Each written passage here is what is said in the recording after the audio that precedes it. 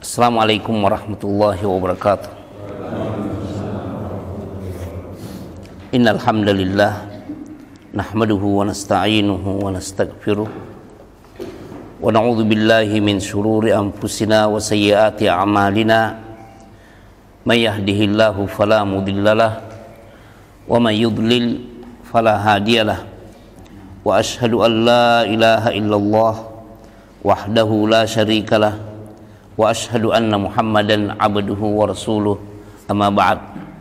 Jemaah Masjid Al-Muqarrabin, kajian Al-Muqarrabin, kita lanjutkan dari hadis yang ke-706 ya. Silakan Pak.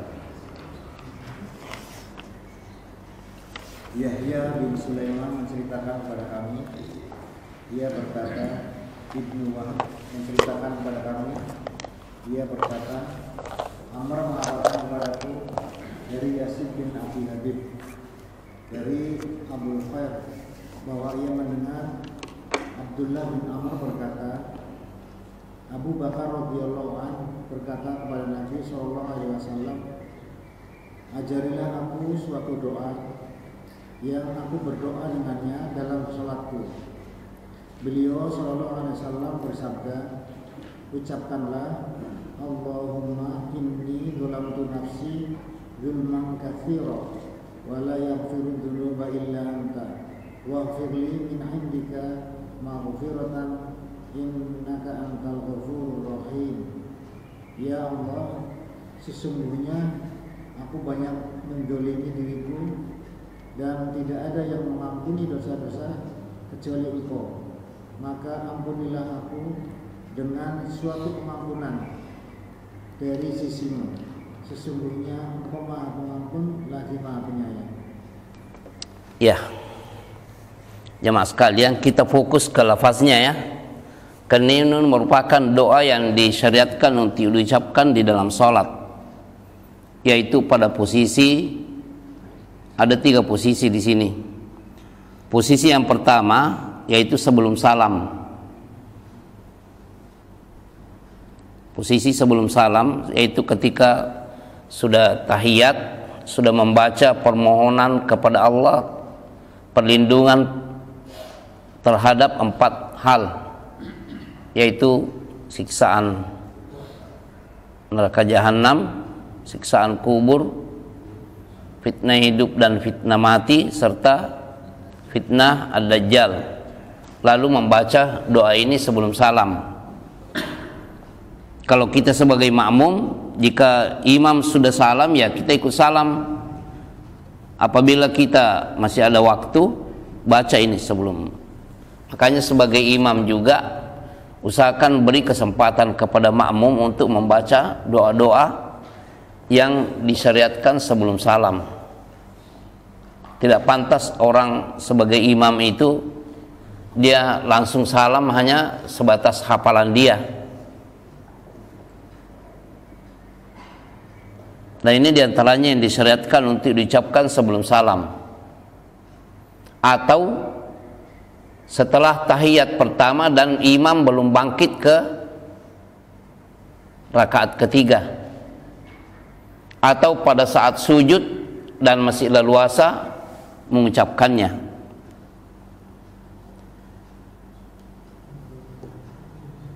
Yaitu adanya Abu Bakar As-Siddiq radhiyallahu anhu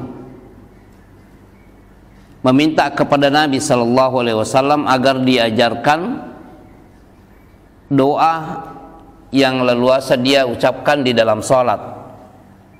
Maka Nabi sallallahu alaihi wasallam bersabda, "Qul, ucapkan Allahumma," apa arti Allahumma? "Inni, sesungguhnya aku, zalamtu, ya aku telah menzalimi nafsi, diriku sendiri." Ya, menzalimi diri sendiri yaitu melakukan dosa, melakukan pelanggaran. Mengapa dikatakan menzalimi diri sendiri? Karena tidak menzalimi Allah. Kalau orang melanggar larangan Allah, apakah Allah tersakiti? Apakah kekuasaan Allah berkurang? Terus apa ininya? Efeknya kepada siapa? Kepada pelakunya sendiri, kepada pelaku maksiat sendiri, bukan, tidak ada efeknya kepada Allah. La yadurullah syai'a, mereka tidak akan melakukan mudarat terhadap Allah sedikit pun. Jadi menzalimi diri sendiri dengan melakukan pelanggaran lahir batin, yaitu zulman katsiran, dengan kezaliman yang banyak. Wala yaghfiru, dan tidak ada yang bisa mengampuni adz-dzunuba, dosa-dosa, illa anta, kecuali engkau ya Allah.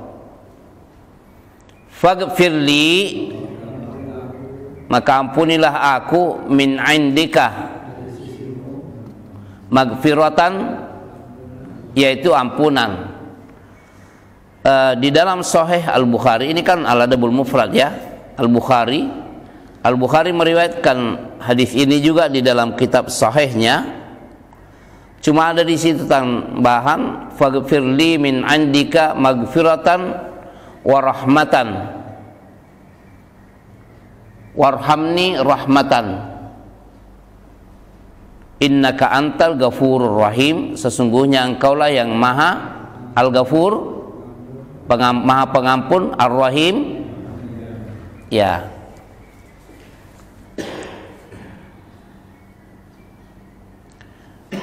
Ana sempat membaca ungkapan Syekhul Islam Ibnu Taimiyah tentang doa ini,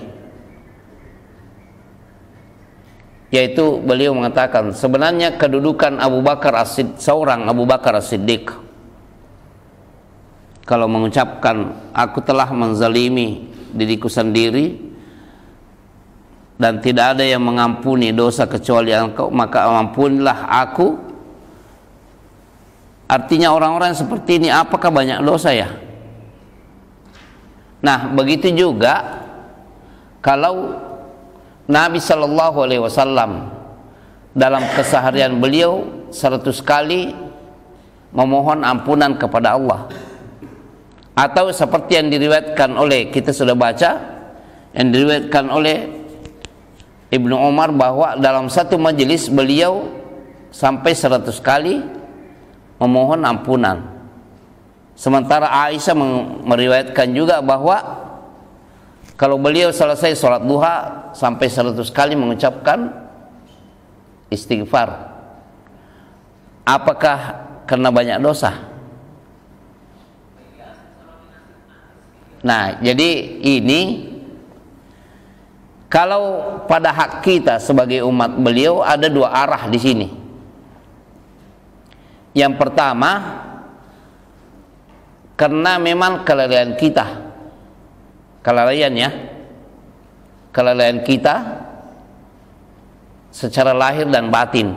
Karena ada amalan batin kan Pak ya. Yang mudah-mudahan di suatu saat kita membaca Risalah Syekhul Islam Ibnu Taimiyah di sini yang tentang ini, amalul qulub, amalan hati. Karena amalan hati itu sendiri ada yang berbentuk kebaikan, prasangka baik. Yang buruk apa? Prasangka buruk. Ada juga yang disebut dengan iri hati atau hasad, kebencian yang tidak berarti. Begitu juga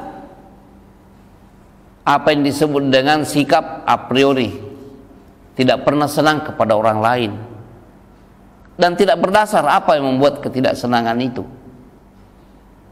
Nah, amalan-amalan hati seperti ini harus diarahkan, karena kalau dibiarkan itu akan, kata ulama, kasusah tufsidu at-tamar. Itu di dalam ini terkadang ada korma yang dimasuki oleh sebuah ini seperti kutu ya, itu kalau dibiarkan terus begitu sampai habis dia makan satu biji itu. Nah, begitulah dosa-dosa dalam hati. Hasad. Dan hasad ini terkadang lebih risikonya itu lebih besar daripada, kan hasad itulah yang menggiring orang untuk ini. Apa yang dimaksud dengan hasad? Ketidaksenangan melihat karunia Allah kepada orang lain. Tidak mau orang lain itu mendapatkan karunia Allah. Ketika dia hasad, dia tidak mampu melakukan sesuatu tindakan yang bisa melampiaskan amarahnya. Akhirnya apa? Dia pergi ke dukun. Nah, dukun yang akan dibayar oleh dia untuk menjalankan misi kerusakan terhadap orang yang dia tidak senangi. Nah, ini adalah kekufuran. Perasaan-perasaan batin yang seperti ini tidak boleh dibiarkan. Karena itu ibarat sus ini hewan yang tadi, hewan kecil itu, kalau dia memasuki korma, dia akan menghancurkan dan menghabiskan korma tersebut. Jadi dosa itu banyak sekali. Itu yang pertama. Karena banyaknya kelalaian yang mungkin terjadi pada diri kita sementara kita tidak sadari. Yang kedua, mengikuti tuntunan Nabi Sallallahu Alaihi Wasallam. Perintah untuk banyak beristighfar, perintah untuk banyak berzikir, dan juga mengikuti apa yang Nabi Sallallahu Alaihi Wasallam amalkan. Lalu masalah ini adalah masalah ubudiyah, penghambaan diri kepada Allah Subhanahu wa taala. Kita banyak mengucapkan istighfar. Setiap kali lalai langsung astagfirullah. Perdengarkan kepada orang. Tidak apa-apa itu memperdengarkan sesuatu itu tidak mutlak menjadi suatu riyah. Tidak mesti. Karena itu mengajak, sama dengan ini, kalau antum umrah atau haji, setelah berihram apa yang antum lakukan? Bertalbiyah kan? Bertalbiyah itu disyariatkan untuk dikeraskan. Labbaik Allahumma labbaik, labbaik la syarika laka labbaik, innal hamda wan ni'mata laka wal mulk la syarika lak. Dan kalau di tempat terbuka, labbaik Allahumma labbaik, labbaik la syarika laka labbaik. Itu tidak mesti berarti riyah, karena memang disyariatkan melalui tuntunan Rasulullah sallallahu alaihi wasallam untuk disiarkan, diperdengarkan sebagai bentuk syiar. Sampai wanita, sebagian ulama mengatakan tetap mengikuti tuntunan itu. Walaupun sebagiannya juga mengatakan tidak cukup wanita itu untuk dirinya, karena suaranya bisa menggoda orang lain, laki-laki lain. Ya, silakan Pak, kandungannya. Kandungan hadis yang pertama, dianjurkan agar meminta seorang alim untuk mengajarkan ilmu. Ya, ini yang dilakukan Abu Bakar Siddiq, meminta kepada Nabi Sallallahu Alaihi Wasallam agar diajarkan doa yang khusus dia ucapkan di dalam sholat. Yang kedua, doa ini merupakan salah satu jawami'ul kalim Rasulullah SAW karena memuat pengakuan yang tulus dari seorang hamba akan berbagai kekurangannya dan permohonan akan curahan nikmat. Adapun yang dimaksud dengan maghfirah adalah penutupan dan penghapusan dosa. ini penting Pak, penting masalah. Sebentar ya, kita potong di sini. Tadi adalah penutupan dan penghapusan. Anak sering sudah menyampaikan kepada antum, istighfar itu kan dari kata ghafar ya, gain fa ra, ghafar kan menjadi ghafara dan istighfar. Kalau ghafara mengampuni, kalau istighfar itu memohon ampunan. Nah, itu kata ulama, penjelasan ulama begini. Ghafara itu, istighfar itu aslinya al-ghafr. Al-ghafr itu penutup begini. Penutup. Jadi kalau seorang hamba beristighfar kepada Allah dengan dosa apapun, mau itu dosa besar, dosa kecil, begitu juga disertai dengan taubat, dan juga dosa yang nampak di depan makhluk lain atau tidak nampak, disembunyikan ya, itu mengandung makna pertama, diampuni, dimaafkan.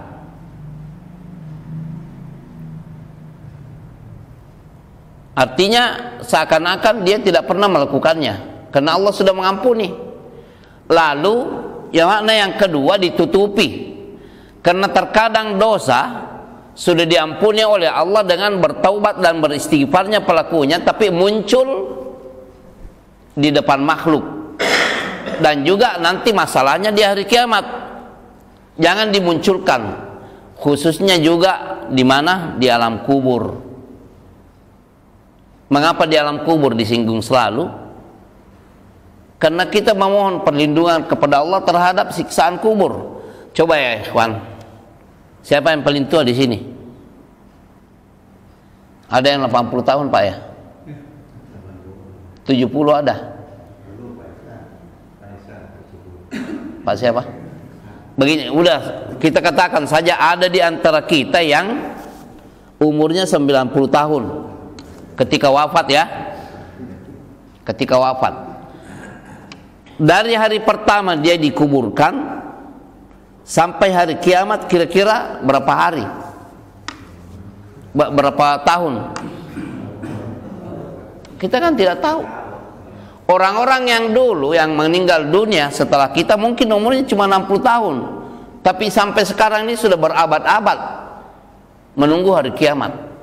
Apa yang dialami? Apakah nikmat kubur atau siksaan kubur? Lihat permasalahannya, Pak. Pentingnya istighfar itu demi keselamatan kita juga selama dia barzakh nantinya di alam kubur. Makanya betapa pentingnya juga kita selalu berdoa kepada semua kaum muslimin dan muslimat yang mendahului kita, karena itu sangat bermanfaat bagi, dan juga bermanfaat bagi diri kita, mendoakan orang lain, khususnya kedua orang tua kita, paman-paman kita, kakek nenek kita, semuanya yang beriman, itu harus didoakan.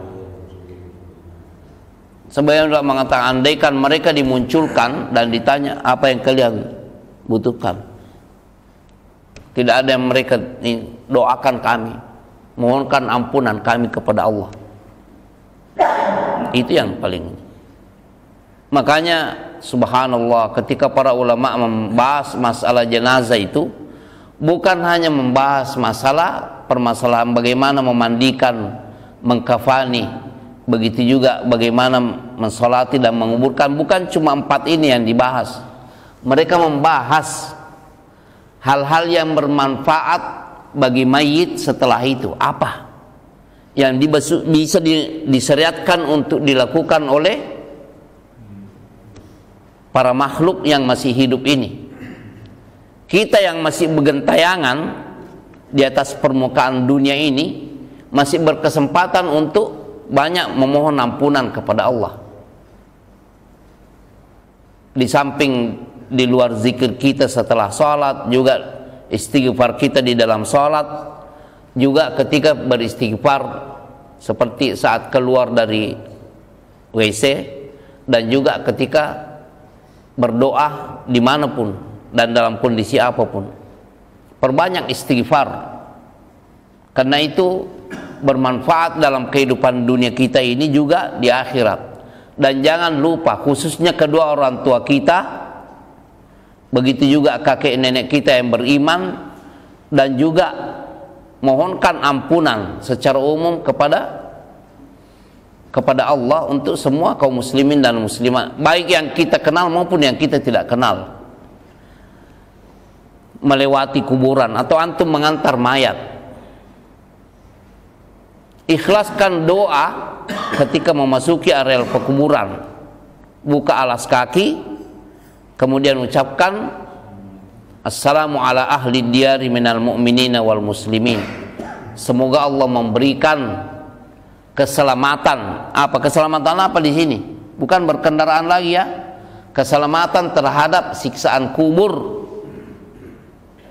Assalamu ala ahli diyari minal mu'minina wal muslimin. Semoga Allah memberikan keselamatan kepada penghuni tempat ini, maksudnya mayat-mayat di tempat ini, di kalangan kaum mukminin dan kaum muslimin. Banyak yang kita tidak kenal, tapi ini bermanfaat bagi mereka dan bermanfaat bagi kita sebagai ibadah. Karena setiap doa yang kita ucapkan untuk orang lain itu ada malaikat di dekat kepala kita yang selalu mengatakan untuk Anda juga, memohon keselamatan kepada mereka. Kita didoakan oleh malaikat. Nah, wa yarhamullahul mustaqdimina minna wal mustakhirin. Semoga Allah mengasihani, merahmati orang yang lebih mendahului kita dan orang yang akan menyusul berikut kita. Wa inna insyaallahu bikum lalahikun. Dan insya Allah kami pun akan menyusul, pasti akan menyusul kalian, pasti akan mati juga. Ya, ini jadi Al-Ghaffar Pak ya, silakan Pak. Penutupan dan penghapusan. Sedangkan rahmat berarti Allah memberinya taufik untuk melakukan berbagai amal kebaikan. Ya, mencakup di dunia. Kalau dengan rahmat Allah itu kita tergerak untuk melakukan kebaikan dan menghindari segala bentuk keburukan. Jadi kita tidak hebat ya. Dengan rahmat Allah kita bisa melakukan ketaatan, kita bisa menghindari keburukan. Bukan karena kehebatan kita. Yang ketiga, di dalamnya terdapat pensyariatan doa dalam sholat dan keutamaan doa yang tercantum dalam hadis ini di atas doa lainnya. Ya kan masih banyak doa lain kan, diantaranya yang pendek ini apa? Hasibni hisaban yasira. Ya Allah, hisablah saya nantinya dengan hisab yang mudah, tidak dipersulit oleh Allah.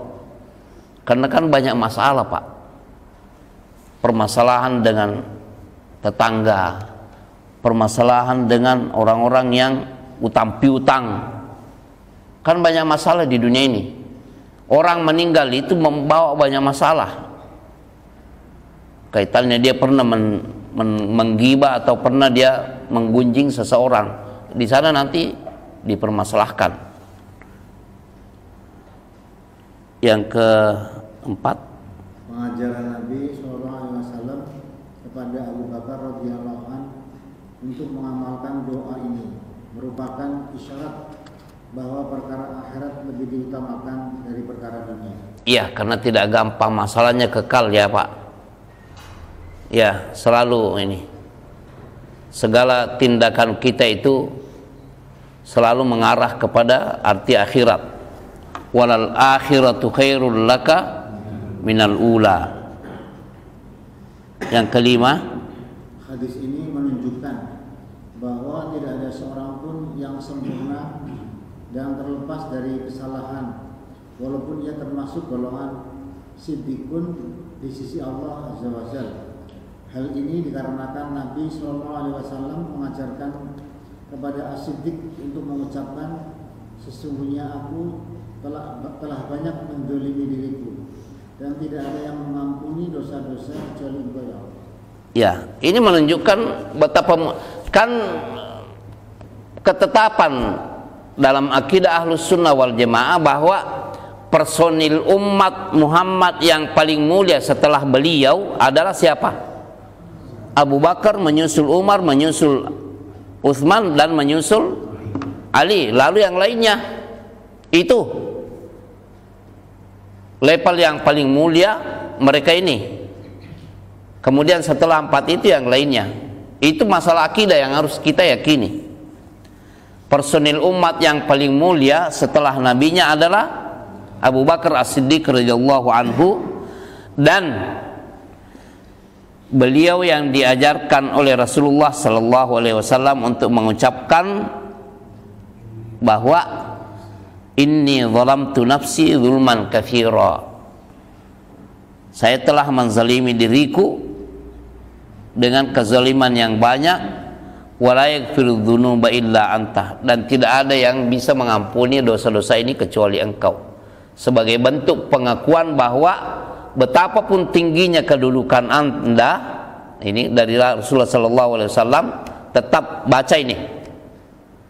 Apakah itu sebagai bentuk pengakuan akan kelalaian Anda atau sebagai bentuk ubudiyah, penghambaan diri kepada Allah Subhanahu wa taala.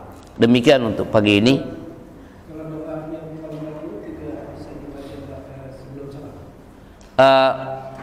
Di kalangan ulama ada yang mengatakan lebih baik kita membatasi diri dengan yang disyariatkan, yang kalaupun doa-doa yang lainnya itu di luar salat saja. Ya, itu yang lebih kuat. Wallahu a'lam. Wassalamualaikum warahmatullahi wabarakatuh.